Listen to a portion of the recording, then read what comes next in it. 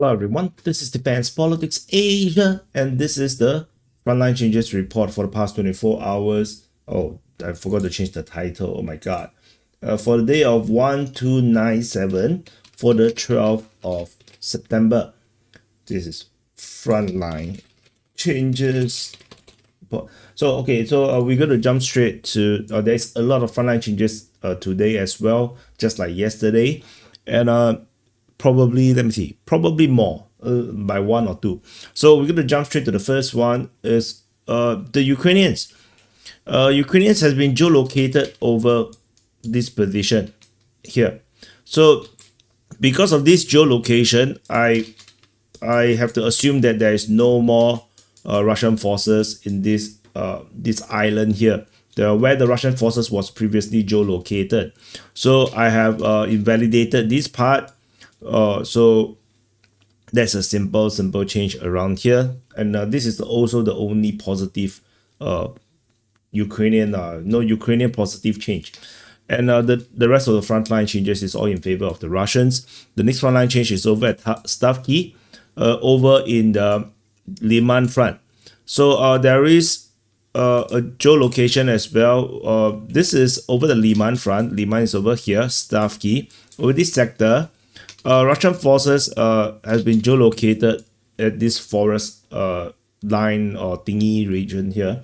And so this area here is taken by the Russian forces as they try to expand the zone of control in this area here. So the advance here is around probably 500 meters. So 500-600 meters. So that's the advance in Liman. The next frontline change, we go to the Toretsk front. So at the Toretsk front, this is Toretsk. Do we have some frontline change around in the Shebelivka, the Vospassky region? So this closure of this impossible salient is not a closure. This is only Russian claims. So the Russian mapping have mapped that the Russian forces have taken all of these areas here.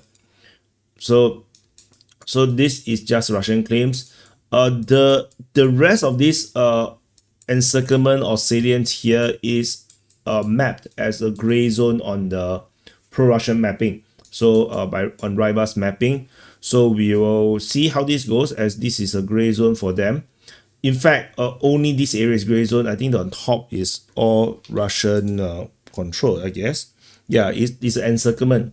So if you look at the Russian mapping, you can see how this looks like, where there is this gray zone in this area here. So I'm not sure if you're gonna see this well. So yeah, let me do this. Ta-da! Okay, better, right? So this is Shebelivka. So you can see on the Russian mapping, they actually have this encirclement of Ukrainian forces at this sector here, and this is now basically reflected on our mapping as well. As you can see, there is some kind of encirclement over this center here, south of Katerinivka,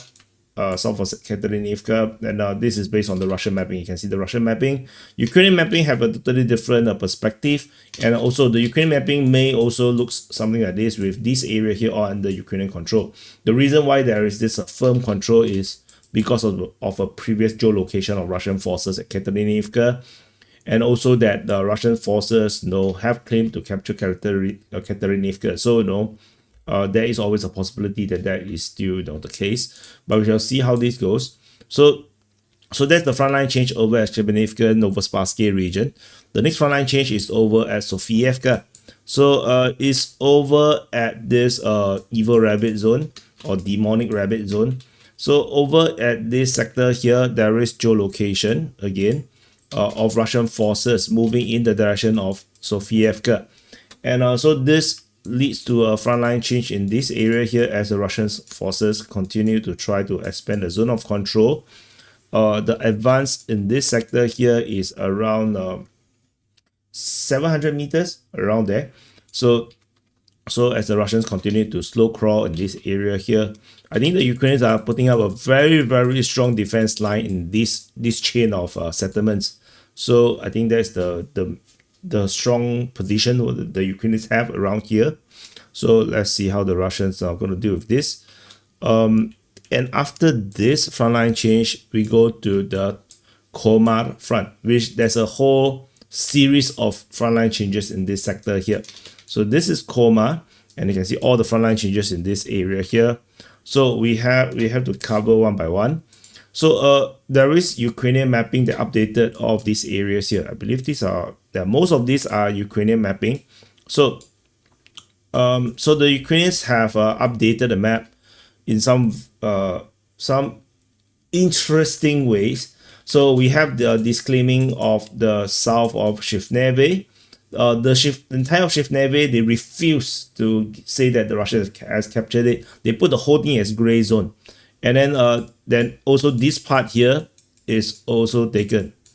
And their gray zone stretches actually all the way to Novoselivka, which is kind of funny because Novoselivka is firmly under Russian control because of the way how the geolocation works. So it's super weird the way how they have mapped it. Like I don't know, like they just map some weird shit, man. Like, how can this be a gray zone? Like, and previously they mapped gray zone as if it's Russian control, because when they take back gray zones, they mark it as blue, as if they have conquered some grounds away from the Russians. So is gray zone Russian capture or not? I have no idea. No, everything is in their own imagination. So so that is the frontline changes in this sector. They have also there is geolocation here. So this actually what happened is that the Russian forces was geolocated here. I have marked the Russian forces capturing this part of Sosnivka. What this is actually a makeup one, because I didn't realize that, or I've forgotten that this area here is just a Russian claim, and which means that this area here is actually invalidated Ukrainian claims. So which is a part of the mapping that I missed out, that I should have put it as a disclaim or invalidation of claim. So this is just a makeup at Sosnivka. I'm not sure if my English makes sense or not. Never mind. By the way, a lot of people say when I was doing the news, the Ukraine news yesterday, I was very exposed because I put up a filter. So now I removed the filter. So let me know if this is better. Yeah, there's no filter, so there's it looks more bare. And over at Malievka, this is also Ukrainians disclaiming this sector here, that they have loose grounds at Malievka. So let me move the whole mapping. Never mind, forget it. Okay, then at Komishuvaha, this is Ukrainian. Okay, there's actually two different things. So there is geolocation, 3 geolocations over here at Ternove, confirming the Russians have advanced in this sector here. They have captured the eastern half of Ternove. The Ukrainian mapping updated to show that they have lost everything northwest of Komishuvaha.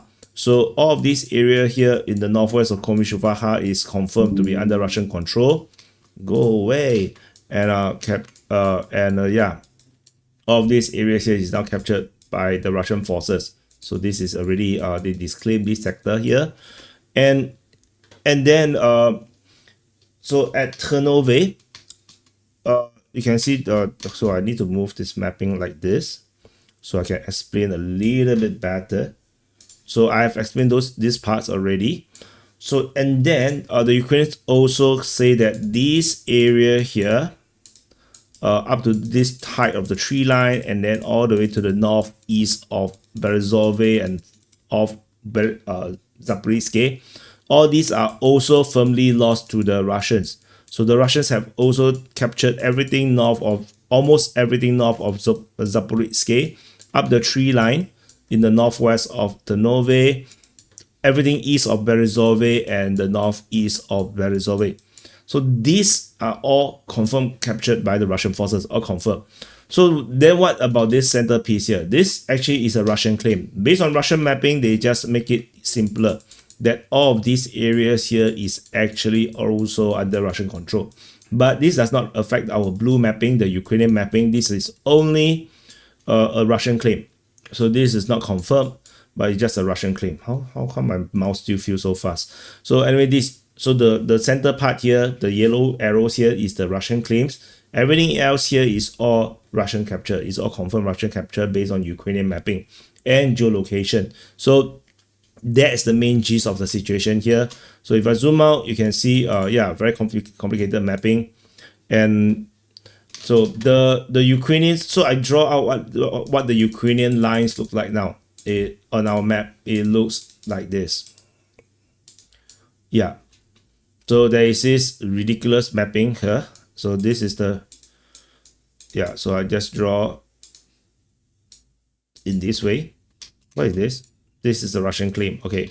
So what I draw here is a confirmed mapping. Okay. So this is the confirmed one. The rest are all just claims. So the Russians claims quite a bit of grounds, but we can clearly already see some impossibility in this, like, you know, some ridiculousness of position if you try to defend it. Like, why the hell would you want to defend here? What can you do with this thing? You know, what can you do with this thing? Like, this is just an impossibility. Like, how do you defend this kind of place? What are you gonna gain by defending this kind of place? So yeah, this two is gonna be chopped off at least. You know, this, if it's just purely this salient, I can believe. You know, I can believe. But you know, if you say that it's gonna be like, you know, this finger here and then this finger here, yeah, it just looks weird. So anyway, that's the frontline change in this sector here. This advance up north is pretty big. We are talking about a distance of like 3.7 kilometers. This very deep frontline change. And the Komishuvaha is also one very big one. This is also 3.5 kilometers. So there is some major frontline changes that was eluded. And of course, these are all, you know, there is duplicated map calculations. So, you know, that's why I say the area captured is just for entertainment purposes, because of our unique mapping. So we are counting based only on our mapping. You know, this is not applicable for, you know, any other people's mapping. So this is purely for ourselves, for us to gauge, you know, the tide of war. So let's do some calculation of the total area captured by the Russian forces. Ukrainians captured 0.16 square kilometers. Is basically the Kupyansk island that is now invalidated. That was previously geolocated to have Russians there. So yesterday the Russians captured a whopping 40 square kilometers. So today the Russians captured 0.51 plus 2.84 plus 0.7 plus 18.38. Total area captured by the Russian forces is 22.43 square kilometers. As mentioned, it's still a 20 square kilometers range. So anyway, that's it. Thank you for watching. Happy birthday to you if your birthday today. Press the like button, subscribe. Have a great weekend, and I'll see you guys in the next update.